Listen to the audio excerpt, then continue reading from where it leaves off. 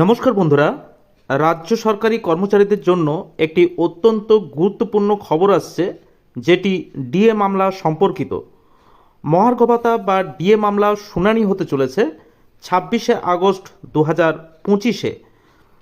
Supreme কোর্টের এই শুনানিকে ঘিরে কর্মচারী মহলে একটি নতুন আশার সঞ্চার সৃষ্টি হয়েছে, কারণ এই শুনানিতে এমন কিছু গুরুত্বপূর্ণ পরিবর্তন আসতে চলেছে যা মামলার ভবিষ্যৎ গতিপথ নির্ধারণ করতে পারেন।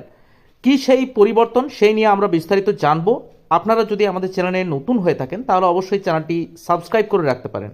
আসন্ন এই শুনানিটি সুপ্রিম কোর্টের দৈনন্দিন কার্যতালিকায় 4 নম্বর আইটেম হিসাবে তালিকাভুক্ত হয়েছে।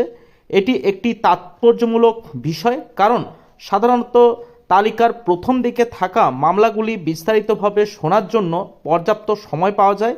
এর ফলে অনুমান করা যাচ্ছে যে আদালত এই মামলাটিকে যথেষ্ট গুরুত্ব দিচ্ছে এবং সম্ভবত এটি একটি দীর্ঘায়িত শুনানির জন্য প্রস্তুত। রাজ্য সরকারি কর্মচারীদের দীর্ঘদিন ধরে তাদের প্রাপ্য ডিএর জন্য লড়াই করছেন এবং এই শুনানির মধ্যে দিয়ে তারা সেই তাদের প্রাপ্য ডিএ পেতে চলেছেন, এমনটাই কিন্তু অনেকে মনে করছেন। এবারে শুনানির সবচেয়ে উল্লেখযোগ্য দিক হলো বিচারপতি সন্দীপ মাহাতার বেঞ্চে ফেরা।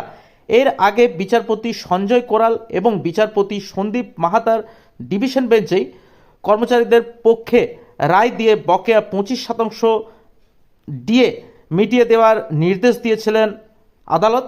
পরবর্তী শুনানিতে বিচারপতি মেহতাকে দেখা না গেলেও 26শে আগস্ট যে শুনানিটি আসতে চলেছে, তিনি আবার বিচারপতি কোরালের সাথে সংযুক্তভাবে এই মামলাটি শুনবেন।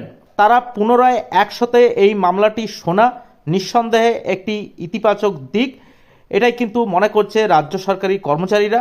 এবং বিচারপতি কোরাল ও মেহতার এই বেঞ্চটি 16ই মে 2025 তারিখে 25% বকেয়া ডিএ প্রদানের ঐতিহাসিক নির্দেশ দিয়েছিলেন। একই বেঞ্চের মামলায় ধারাবাহিক শুনানিতে রায়ের সামঞ্জস্য বজায় থাকার সম্ভাবনা বাড়ে, যা কর্মচারীদের জন্য একটি সুখবর বলা যেতে পারে। মূল ডিএ মামলার সাথে আরও 3টি আদালত অবমাননা মামলাকে যুক্ত করা হয়েছে। রাজ্য সরকার আদালতের নির্দেশ মেনে নির্দিষ্ট সময়ের মধ্যে বকেয়া ডিএ না প্রদান করায় বিভিন্ন কর্মচারী সংগঠনের পক্ষ থেকে এই মামলাগুলি দায়ের করা হয়েছিল। মূল মামলার সাথে এই মামলাগুলি শুনানি হয় রাজ্য সরকারের উপর আরও চাপ বাড়বে বলে মনে করা হচ্ছে। আদালত যদি অবমাননা বিষয়ে কঠোর মনোভাব দেখায় তবে রাজ্য সরকার দ্রুত বকেয়া মেটাতে বাধ্য হতে পারে।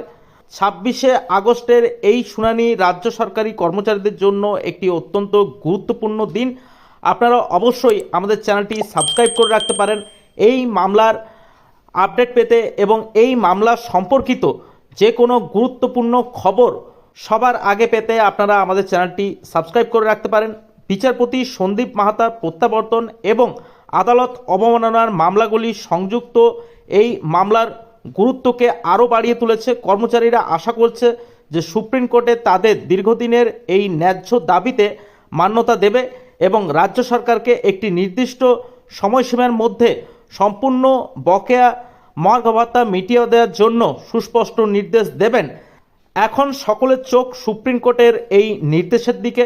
অবশ্যই আমরা সেই আপডেট আপনাদের কাছে তুলে ধরব। আপনারা আমাদের চ্যানেলটি সাবস্ক্রাইব করে রাখবেন এবং ভিডিওটি ভালো লাগলে একটি লাইক দিয়ে আমাদের উৎসাহিত করতে পারেন।